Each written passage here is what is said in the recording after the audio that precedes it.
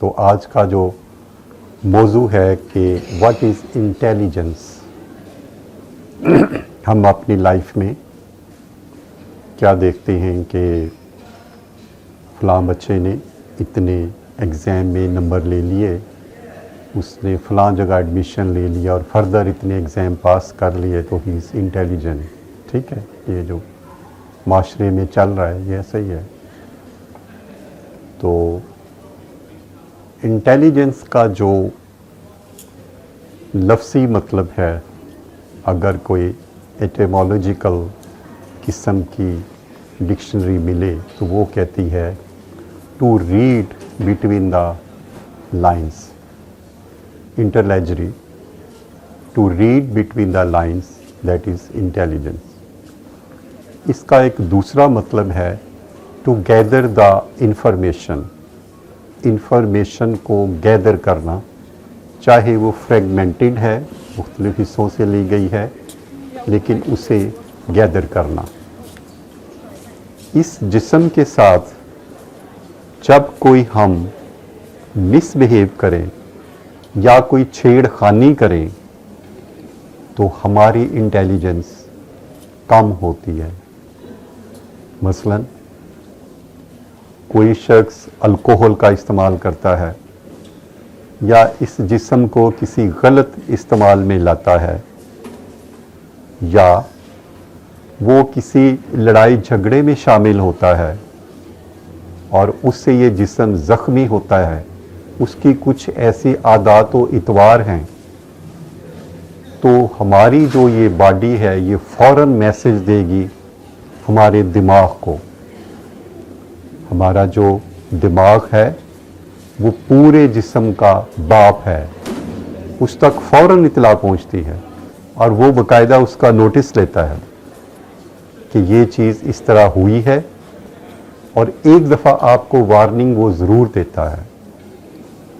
तो अपने जिस्म के साथ कोई हरकत करना जो गलत है, मिसयूज़ होना, मिसयूज़ करना, इससे हमारी इंटेलिजेंस कम होती है, रिड्यूस होती है।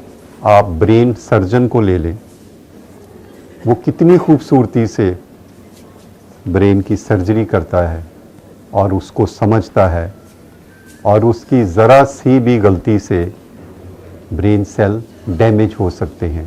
तो ये इंटेलिजेंस है। ऐसे लोग इंटेलिजेंट हैं, पार्शियल इंटेलिजेंट। इसी तरह 225 मिलियन किलोमीटर दूर मार्स है, और परसेवरेंस और उसके बाद डिफरेंट टाइप के जो पोलर लैंडर थे वो वहाँ भेजे गए, और इसमें तकरीबन कई सालों तक पूरी दुनिया के 20,000 लोगों ने मिल के काम किया। परसेवरेंस का एक पार्ट अगर अमेरिका में था तो उसका कोई दूसरा पार्ट किसी दूसरे मुल्क में था, तो जब उन्हें असेंबल किया जाता था तो वो मेजरमेंट एग्जैक्ट वही होती थी जो उसको बताया जाता था। फिर इसमें हेलीकॉप्टर भी भेजा गया, इंग्यूटी, जिसका डिज़ाइन सिर्फ 5 फ्लाइट था, और उसने आलमोस्ट 62 फ्लाइट्स की वहाँ पे। तो ये वो जिन लोगों ने मिलकर काम किया, दैट इज़ इंटेलिजेंस। क्योंकि किसी और सिस्टम में या किसी और मुल्क में बात करें तो वहाँ पे आप कम से कम 2-3 लोगों को एक जगह बैठा के आप काम नहीं ले सकते। तो किसी ऐसे मिशन में जिसमें 20,000 लोगों ने काम किया और परफेक्ट काम किया, और वो मिशन बड़ा कामयाब रहा, तो दैट इज़ इंटेलिजेंस। उसके बाद आप अपने पॉलिटिशियन, ये जो सियासतदान है, उस तरफ आ जाएं। उन्होंने अपने दौर में जो कुछ भी किया होता है सबको पता होता है, लोग फिर भी उनको वोट देते हैं और उनकी खातिर अपनी जान भी देते हैं। They are intelligent.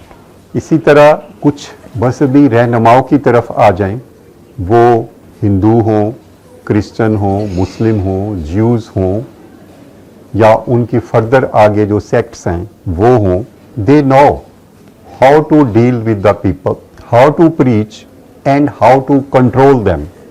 They are intelligent.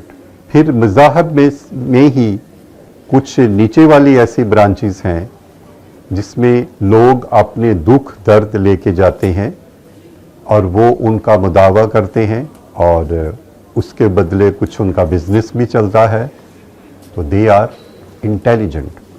ये मैं पार्शल इंटेलिजेंट की बात कर रहा हूँ।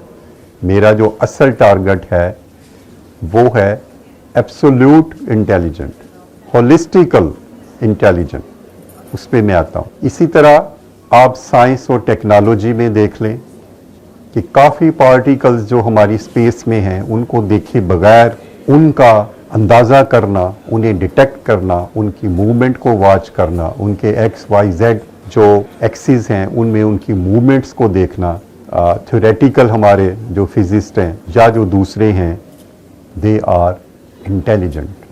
अब मेरा आपसे ये क्वेश्चन है कि कोई ऐसा शोबा बताइए जिसको कहा जाए कि एब्सोल्यूट इंटेलिजेंट। ये आप बताएंगे?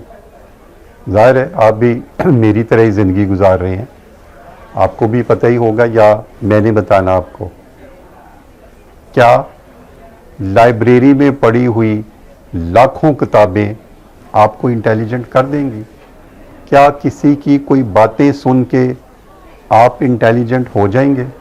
Supreme intelligent is that person जिसके पास लव और कंपैशन, मोहब्बत और हमदर्दी, ये दोनों चीज़ें मौजूद हैं, वो सुप्रीम इंटेलिजेंट है।